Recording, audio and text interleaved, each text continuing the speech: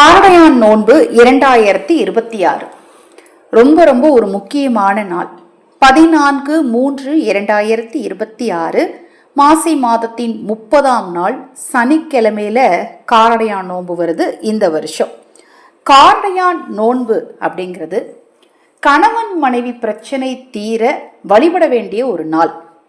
ஒவ்வொரு பெண்களும் தன்னுடைய கணவருக்கு தீர்க்காயுசு இருக்கணும் அப்படின்னு சொல்லி தாலி கயிறு மாற்றுவாங்க இல்லையா, மஞ்சக்கயிறு மாற்றிக்குவாங்கல்ல, அந்த ஒரு விரத நாள் தான் இந்த காரடையான் நோன்பு.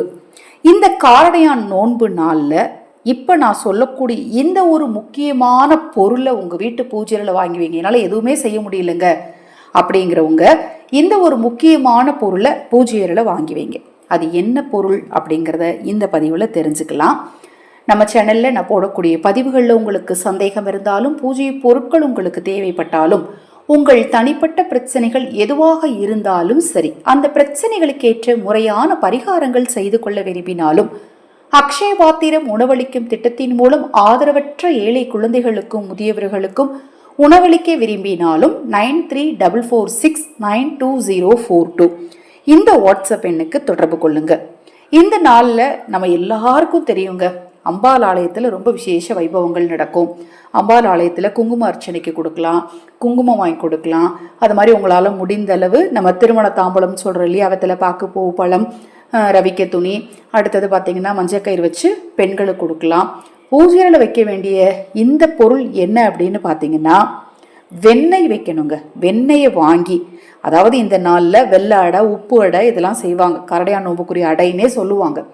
அதெல்லாம் என்னால் செய்ய முடியலைங்க, அதெல்லாம் செஞ்சாலும் கூட அதோடு சேர்த்து இந்த ஒரு பொருளையும் நீங்கள் வச்சிங்க அப்படின்னா கண்டிப்பாக உங்கள் குடும்பத்தில் கணவன் மனைவிக்குள்ளே பிரச்சனை இல்லாமல் இருக்குங்க. செஞ்சு பாருங்களேன். நீங்கள் எப்போ வழிபாடு செஞ்சாலும் சரி, வெண்ணெய், சிறிதளவு வெண்ணெய், பசும் வெண்ணெய் வாங்கி அந்த வெண்ணெயை வெத்தலை மேலே வச்சு ஒரு தட்டில் வச்சு பூஜையில் அம்பாளுக்கு முன்னாடி வச்சு கையெடுத்து கும்பிட்டு ஒரு தீபத்தை ஏற்றி, என்னுடைய குடும்பம் சந்தோஷமாக மகிழ்ச்சியாக இருக்கணும் தாயே அப்படின்னு நீங்கள் வேண்டிக்கோங்க. நினைத்தது நடக்கும்.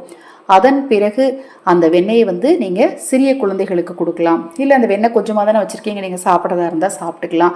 எப்பவுமே பூஜை அறையில் வச்சதை எடுத்து கொண்டு போய் திருப்பி சமைக்கக்கூடாது. அது நீங்கள் முக்கியமாக புரிஞ்சுக்கணுங்க. இதை மாதிரிலாம் நம்ம படைக்கிறோம் இல்லையா, இந்த பொருள் நம்ம திருப்பி கொண்டு போய் சூடு பண்ணி சாப்பிட்றது, சமைக்கிறது அது மாதிரிலாம் கூடாது. சிறிதளவு வெண்ணெய் எடுத்து வெத்திலையில் வைங்க, வச்சு கும்பிட்டுட்டு அந்த வெண்ணெயை எடுத்து நீங்கள் சாப்பிட்டுக்கலாம். எப்போ வழிபாடு செஞ்சாலும் சரி, காலையில் செஞ்சாலும் சரி, சாயங்காலம் செஞ்சாலும் சரி, நைட்டு தாங்க செய்ய முடிஞ்சு, அப்போ தான் டைம் கிடச்சிச்சு. வெண்ணெய் வீட்டிலே இருந்துச்சுங்க, கடையில் வாங்கின வெண்ணெய் தான் வைக்கலாமா, தாராளமாக வைக்கலாங்க, தவறே கிடையாதுங்க. இந்த நாளில் செய்ய வேண்டிய நிறைய விஷயங்களை அடுத்தடுத்து பதிவு செய்கிறேன். இந்த நாளில் நீங்கள் ஆதரவற்றவர்களுக்கு உணவளிக்க முன்வாருங்கள். பசியோடு பலர் காத்திருக்கிறார்கள், இரக்கத்தோடு உதவ முன்வாருங்கள். மேலும் தகவலுக்கு வாட்ஸ்அப் பண்ணுங்கள். ஹரஹர சங்கர, ஜெய ஜெயசங்கர, மகாபெரிவா திருவடிப்பாதம் சரணம் சரணம். நல்லதே நடக்கட்டும்.